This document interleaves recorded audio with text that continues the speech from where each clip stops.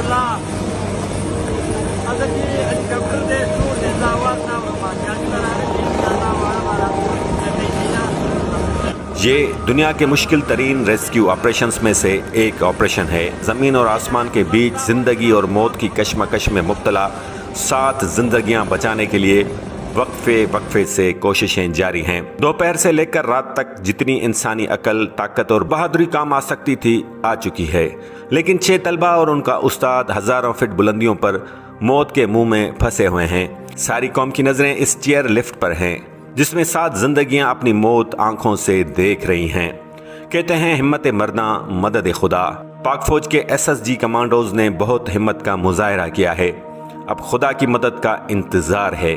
ساری قوم بٹگرام کے طلبہ اور ان کے استاد کی زندگی بچ جانے کے لیے دعا گو ہے۔ اس موتمار چیئر لفٹ پر سوار ہو کر اسکول جا رہے تھے تو چیئر لفٹ کی رسی اچانک ٹوٹ گئی، جس کے بعد وہ زمین اور آسمان کے بیچ میں پھنس کر رہ گئے۔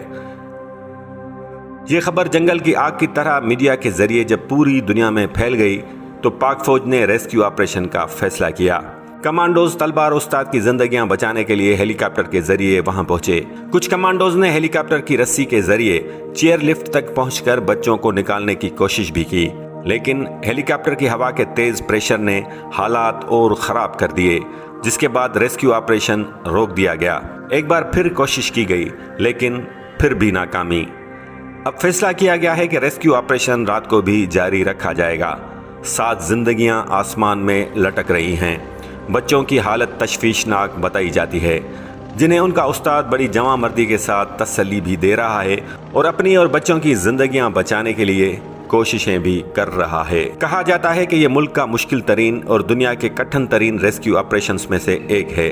اللہ پاک سے دعا ہے کہ ریسکیو آپریشن جلد از جلد کامیاب ہو جائے اور بچے اور ان کے استاد کی زندگی بچ جائے۔ آمین۔